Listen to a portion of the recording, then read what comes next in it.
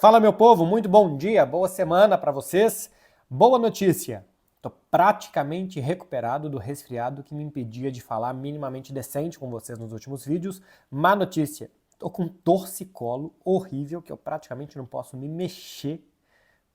Vida de velho, não é fácil. Gente, eu vou falar com vocês no Café com Beckler, que tá aqui, ó. Um avocadozinho, quem quiser, tem nada. Que normalmente eu coloco cachaça ou whisky quando eu vou tomar um goró. Vou falar com vocês de jogos que eu assisti nesse final de semana: Villarreal, Real Madrid, Arsenal, Chelsea, Liverpool, Newcastle, Leipzig, Borussia Dortmund, Union Berlin, Bayern, e ainda a situação do Paris Saint-Germain no Campeonato Francês. E antes eu vou começar falando de novidades do Barcelona, de coisas que já aconteceram nessa segunda-feira envolvendo o Barcelona, análise de Barcelona, Atlético de Madrid e Barcelona. Tá no vídeo de ontem à noite, de domingo à noite, com tudo sobre o 4-2 do Barça. Faz favor, para um pouquinho aqui, deixa um like, se inscreve no canal para ajudar quem está produzindo conteúdo para vocês quase que diariamente, sem cobrar nada, que não seja um apoio de vocês nesse sentido. Novidades do Barcelona, gente. Marc Casadó e Nigo Martínez foram desconvocados da seleção espanhola por problemas nos respectivos joelhos. O do Nigo Martínez parece não preocupar tanto, deve estar disponível pós-data FIFA. Do Marc Casadó, sim, preocupa bastante. O jornal Sport já dá notícia que é um problema de ligamento, não de ligamento cruzado, é mais um ligamento colateral medial, que afastaria o Marc Casadó de cerca de 2 meses dos gramados.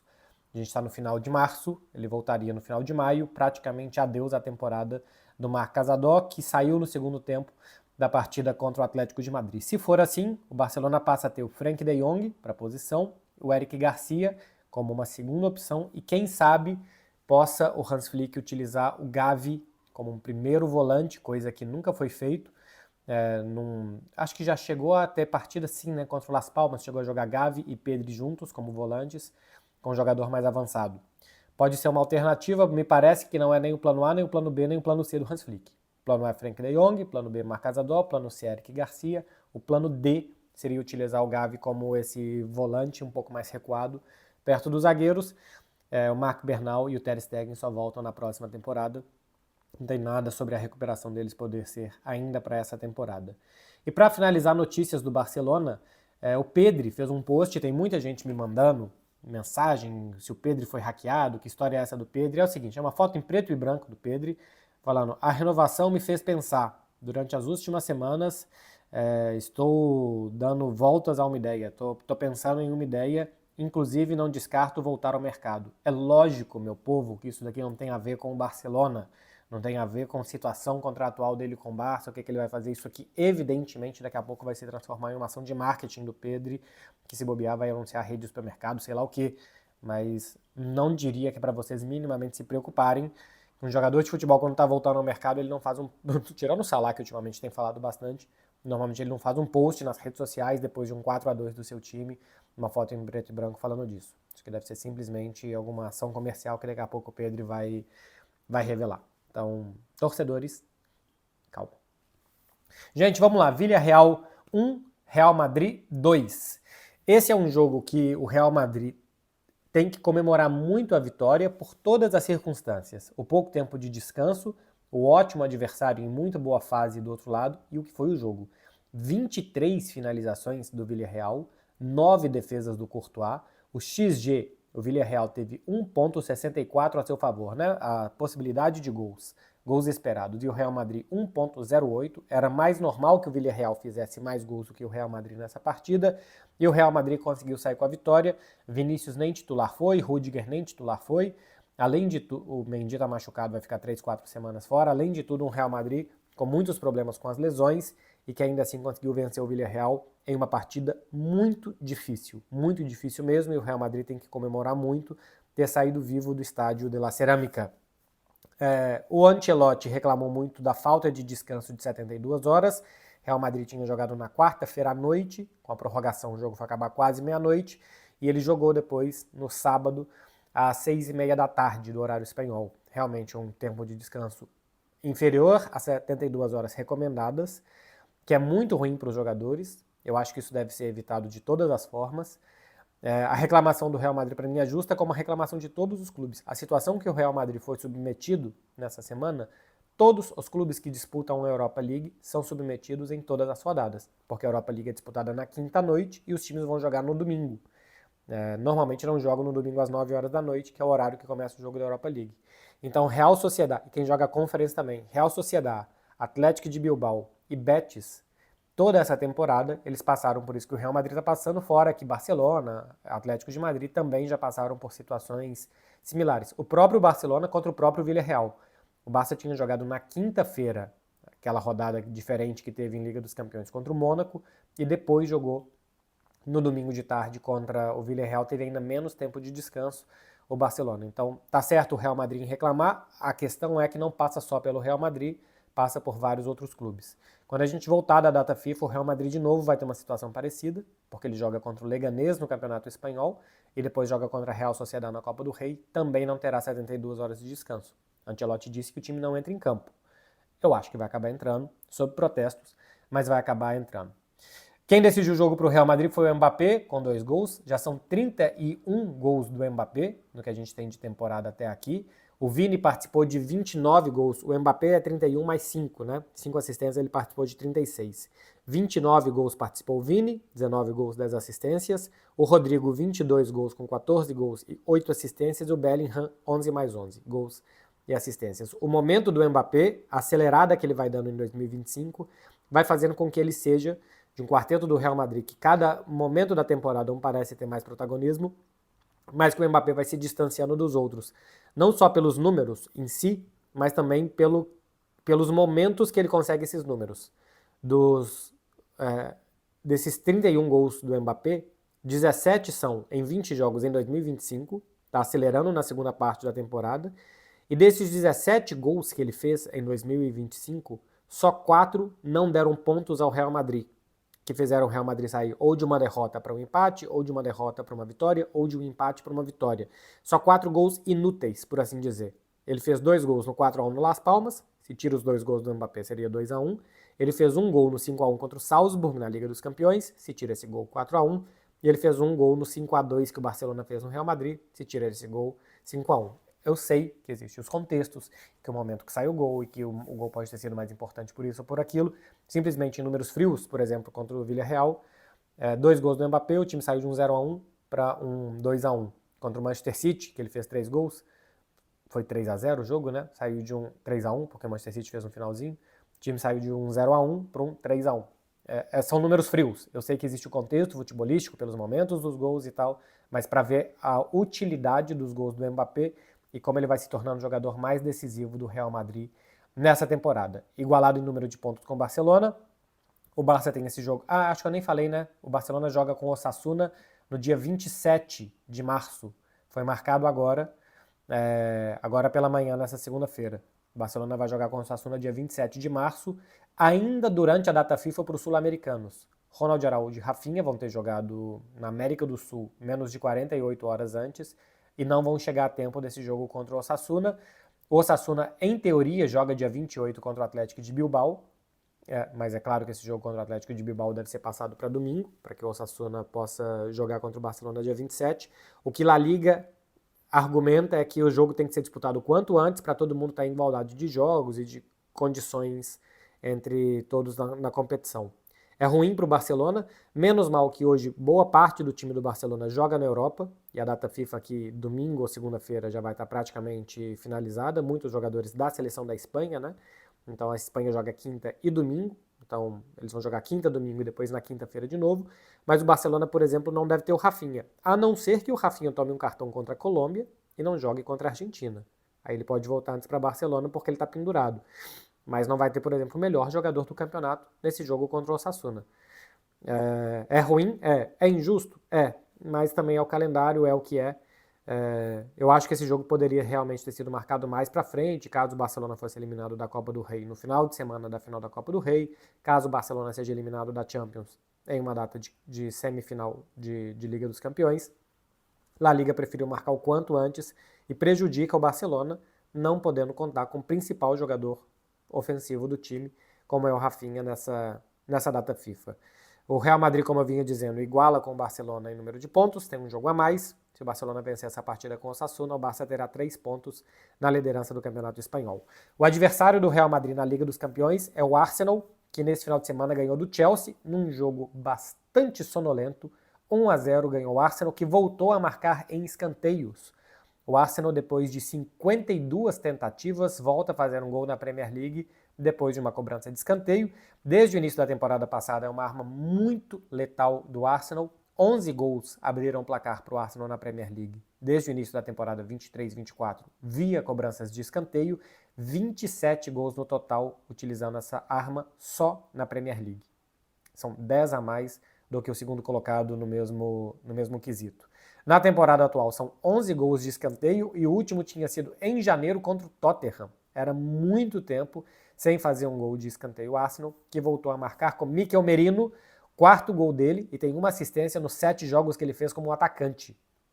Na completa ausência de atacantes que tem o Arsenal, lesão do Saka, lesão do Gabriel Jesus e a lesão do Kai Havertz, o Mikel Merino tem sido improvisado e cá entre nós tá fazendo tá estancando o sangramento, né?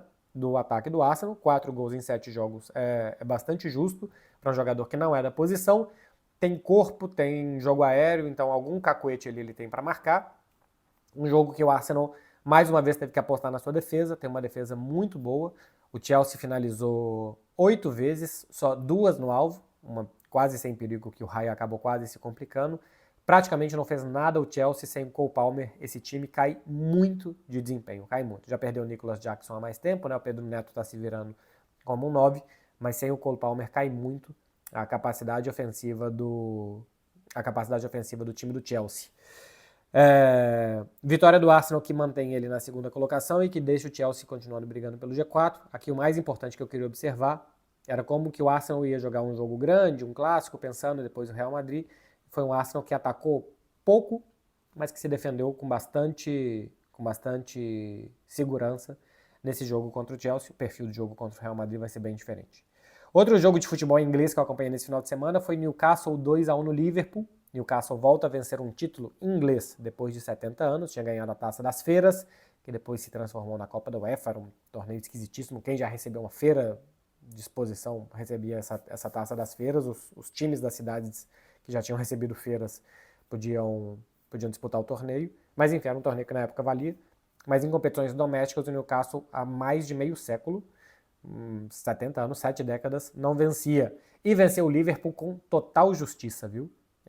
Quando eu disse há algumas semanas, quando o Liverpool ganhou do Manchester City, ótima vitória, 2-0, mas esse time está cansado. Contra o Paris Saint-Germain a gente viu, e contra o Newcastle a gente também viu. O Newcastle atropelou em intensidade de jogo o Liverpool. Atropelou. Já podia ter vencido antes, teve gol anulado do Isaac, teve uma grande defesa do Nick Pope, numa finalização do Darwin Núñez, se eu não estou enganado, mas também teve do Kelleher, em finalização do Isaac, para permitir que o Liverpool chegasse mais ou menos vivo no final da partida. Só 7 finalizações do Liverpool no jogo, sendo que 3 foram nos acréscimos do segundo tempo. Um bate-rebate que o Darwin Núñez finalizou 2 vezes, e depois o lance do gol, já aos 95 minutos de jogo, basicamente. Muito mal o jogo, outra vez, do Mohamed Salah, sobrecarregado, porque com esse momento físico do time que não é bom e que os jogadores não o acompanham, ele também não está no bom momento. O Salah só tocou na bola 23 vezes.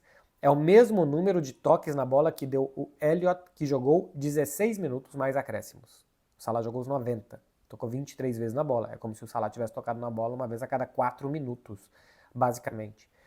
O Liverpool, há algumas semanas, venceu o Newcastle por 2-0 em Anfield. Naquela partida, o Salah tinha tocado na bola 61 vezes. É quase 3 vezes menos do que ele tinha tocado na bola anteriormente, o que ele fez nessa final de campeonato, na final da Copa da Liga Inglesa, que ele praticamente não participou do jogo, praticamente não conseguiu jogar, não conseguiu tocar na bola. Mohamed Salah é um número de intervenções muito pequena para um jogador tão influente no time do Liverpool. Não finalizou nenhuma vez. Desses 23 toques na bola do Salah, nenhum foi gerando finalização. Em duelos, olha como a intensidade do Newcastle era muito maior. O Joelinton, que para mim foi o melhor jogador em campo, ganhou 9 de 13 duelos.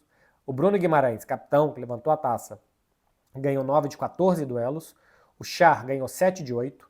O Burn ganhou 7 de 9, o Trippier ganhou 6 de 10. Jogadores aqui, eu nem estou contando os que entraram depois, que participaram de menos duelos e tal. O Chiesa, por exemplo, ganhou 4 de 4, mas disputou menos. Dos que mais disputaram duelos aqui, todos acima de 60% dos duelos vencidos. Do lado do Liverpool, os principais dueladores, por assim dizer. O Luiz Dias só ganhou 4 de 10, o Quansah 4 de 10 também, o Gakpo 3 de 10, o Van Dijk 3 de 8, o Szoboszlai 3 de 8 e o Gravenberch 3 de 7. Olha a diferença dos duelos vencidos e disputados pelos jogadores do Newcastle e pelos jogadores do Liverpool. Disputaram mais e ganharam muito mais duelos. Isso faz muita diferença de volume de jogo, de intensidade de um time do outro numa final de campeonato. Analisar também a vitória do Leipzig sobre o Borussia Dortmund. Esse jogo o Leipzig venceu por 2-0, em um jogo que o Dortmund foi atropelado no primeiro tempo. O primeiro tempo, o Leipzig já poderia ter saído praticamente com o placar garantido. E por outro lado, o segundo tempo do Dortmund foi bem melhor, 15 finalizações do Borussia Dortmund no segundo tempo, ou até mais do que isso. O Gulácsi fez um muito bom jogo na segunda etapa, o goleiro do Leipzig, e o Dortmund mostrou toda a irregularidade que ele tem durante toda a temporada, né? Um time que é o 11º colocado apenas na Bundesliga, vai jogar todas as fichas dele na Liga dos Campeões contra o Barcelona, porque também está fora da Pokal já, e vai tentar, via Champions, salvar a temporada, chegando até onde dê. Claramente é um time pior que o da temporada passada, que chegou à final, e que mostrou contra o Leipzig que se jogar assim contra o Barcelona, pode sair já do primeiro tempo, ou do primeiro jogo, que vai ser em Barcelona, com a situação muito difícil depois de reverter no Signal Iduna Park. Sabitzer saiu chorando, uma lesão, ainda não vi a gravidade da lesão do Sabitzer, se já tem algum comunicado do Borussia Dortmund ou não, pra gente ver se ele vai poder estar ou não em campo contra o Barcelona. A gente teve ainda a União Berlim empatando com o Bayern de Munique 1-1, uma falha do Urbig, um jogo de pouca inspiração do Bayern de Munique, que perdeu 2 pontos na liderança em relação ao Leverkusen, que conseguiu uma vitória contra o Stuttgart nos minutos finais, vencendo por 4-3. Ainda tem 6 pontos de vantagem o Bayern, que acho que não tem um título minimamente ameaçado. E para finalizar, Paris Saint-Germain fez 3-1 no Olympique de Marselha. Paris Saint-Germain invicto pode ser campeão na próxima rodada. O Paris Saint-Germain pode ser campeão em março do campeonato francês. Tem 19 pontos de vantagem para o segundo colocado, que é o próprio Olympique de Marselha. Faltam 8 jogos, faltam 24 pontos em disputa. Então, se ele abrir mais do que 21 pontos, ele não pode mais ser alcançado, porque vão faltar 21 depois da próxima rodada.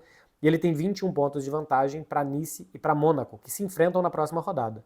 Então, caso o Paris Saint-Germain vença o Saint-Étienne fora de casa, e existe uma rivalidade grande, né, pelo tradicionalismo do Saint-Étienne e pela falta de tradição do Paris Saint-Germain e tudo que isso gera, o jogo é fora de casa para o PSG, deve ser um jogo tenso, mas por capacidade técnica e pelo que a gente está vendo dessa temporada do Paris Saint-Germain, tem todas as condições de vencer. Se o Paris Saint-Germain vencer, o Olympique de Marselha perder para o Reims, Nice e Mônaco empatarem entre si, o Paris Saint-Germain vai ser campeão em março do campeonato francês. Todo ano, Paris Saint-Germain tem que ganhar o campeonato francês. É quase que a obrigação dele. Quase todo ano ele ganha. Ganhar em março invicto não é todo ano, que mostra os méritos do time essa temporada. Tá falado, meu povo? O cafezinho de hoje foi isso. Analisando os principais jogos que eu acompanhei, as principais situações do futebol europeu desse final de semana. Se inscreve no canal para você não perder os próximos conteúdos.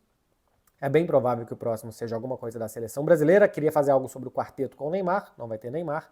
Então vou fazer alguma coisa do que eu imagino da seleção brasileira para os jogos de Colômbia e Argentina. E alguma coisa também da semana do Barcelona eu vou fazer ainda antes de responder as perguntas de vocês na sexta-feira. Valeu, gente. Um beijo para todo mundo, hein? Boa semana. Vocês façam o favor de ter juízo. Tchau, tchau.